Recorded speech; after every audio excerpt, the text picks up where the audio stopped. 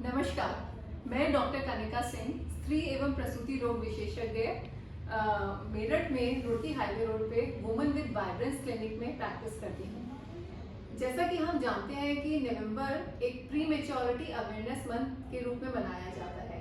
Pre maturity यानी pre term labour. क्या होता है pre term labour? Pre term labour जो भी बच्चे 37 हफ्ते से पहले जन्म लेते हैं उनको हम प्री टर्म लेबर कहते हैं। प्री टर्म लेबर नाम तो बहुत छोटा सा है लेकिन इसके असर बहुत बड़े बड़े हैं। प्री टर्म लेबर की कुछ अपने सिम्टम्स साइंस होते हैं जिनको हम अगर जाने और उनका ध्यान रखें तो हम इसको बचा सकते हैं। जैसे कि किसी का अगर पहले प्रीमेच्योर लेबर हुआ हो, किसी का एक प्री टर्म बच्चा हो, तो उसके बहुत ज़्यादा चांसेस हैं कि सेकेंड प्रेगनेंसी में भी प्री टर्म लेबर होने की, तो उसको हमें बहुत ज़्यादा ध्यान देने की ज़रूरत है। उसके अलावा यूरिन में इन्फेक्शन होना या कोई भी किसी किस्म के वेजाइनल इन्फेक्शन होना, वह भी प्री टर्म लेबर कॉज कर सकते हैं।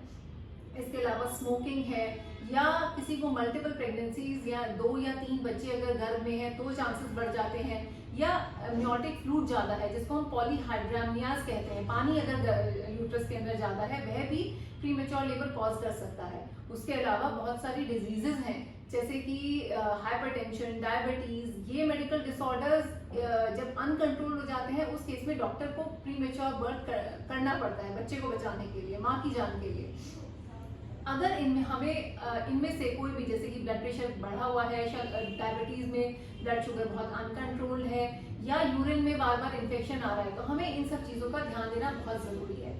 अगर किसी भी महिला को प्रेगनेंसी के टाइम पे पेट में नीचे की तरफ एक प्रेशर बना रहता है, एक दर्द होता रहता है, या परसिस्टेंटली वेजाइनल डिस्चार्ज जाता रहता है और उसके साथ एसोसिएटेड बर्निंग या फाउल स्मेल कुछ भी ऐसा है, या कांस्टेंट कमर में दर्द कोई महिला आती है आपके पास, या कोई भी प्रेग्नेंट महिला को कमर में दर्द बना रहता है, ये सारी महिलाएं एट रिस्क हैं प्री टर्म बर्थ के लिए, प्री टर्म लेबर पेन्स के लिए।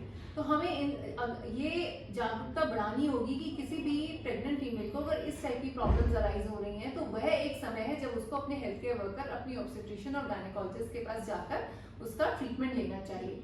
कई बार जैसा कि हमें बताया जाता है कि आपका बच्चेदानी का मुंह थोड़ा छोटा है, जिसको हम शॉर्ट एंड सर्विस कहते हैं, वह अपने आप में एक रिस्क रहता है प्रीमेच्योर बर्थ का। और उसके अलावा अगर महिला वर्किंग है, ये सारे एसोसिएटेड फैक्टर्स हैं, तो हमको प्री टर्म लेबर का रिस्क रहता है।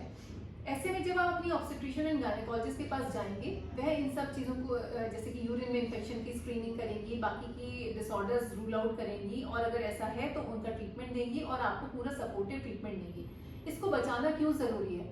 जो भी बच्चे टाइम से पहले पैदा हो जाते हैं उनको हमारा सांस में लेने की तकलीफ होती है क्योंकि उनके फेफड़े पूरी तरह से मेच्योर नहीं होते। दूसरा, न्यूरोलॉजिकल प्रॉब्लम्स राइज होती हैं जैसे डिसेबिलिटी इन लर्निंग या सेरिब्रल पैल्सी के नाम पे आपने सुना होगा। दूसरा, उसके अलावा उनके माइलस्टोन्स डिलेड होते हैं, जैसे जो बच्चा किसी काम को एक अपने सही समय पे कर रहा है, जो समय से पहले जन्मे बच्चे होते हैं वह थोड़ा डिलेड रहते हैं। उसके अलावा कई बार हम बच्चों को NICU में पूरा 8 देने के बाद भी बचा नहीं पाते, जो बहुत प्रीमेच्योर होते हैं, या अगर उनको घर में ही इन्फेक्शन फैल गया होता है तो हमारी बेस्ट कोशिश के बाद भी पीडियाट्रिशियन नहीं कुछ कर पाते हैं। ऐसे बच्चे माता पिता अपने पेरेंट्स के लिए और फैमिली मेंबर्स के लिए एक बहुत बड़ा ट्रॉमा लेके जाते हैं। आप ये सोचें कि जब एक महिला प्रेग्नेंट होती है उसके बहुत सारे सपने जुड़ जाते हैं उससे, और इतने महीनों में जब वो बच्चे को कोख में रखती है और उसके बाद जब उसका नतीजा ऐसा मिलता है तो वह उस ट्रॉमा से उभर नहीं पाती है। तो क्यों ना हम सब मिलकर यह जागरूकता बढ़ाएं कि प्रीमेच्योर लेबर के क्या साइंस हैं, क्या सिम्टम्स हैं और इनको कैसे बचाया जाए, और जो भी जानते हैं या किसी को तकलीफ है वो सही समय पे अपने हेल्थ केयर वर्कर के पास पहुंचे और उनकी मदद लें। शुक्रिया, थैंक यू।